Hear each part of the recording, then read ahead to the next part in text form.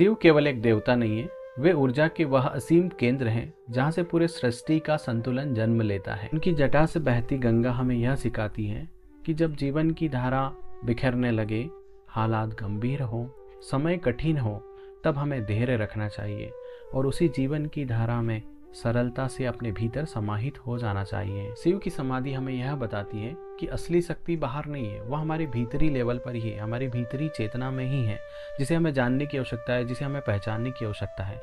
जब हम हमारे मन को शांत करते हैं, हम हमारे विचारों को शांत करते हैं, तो एक दिव्य ऊर्जा जागती है।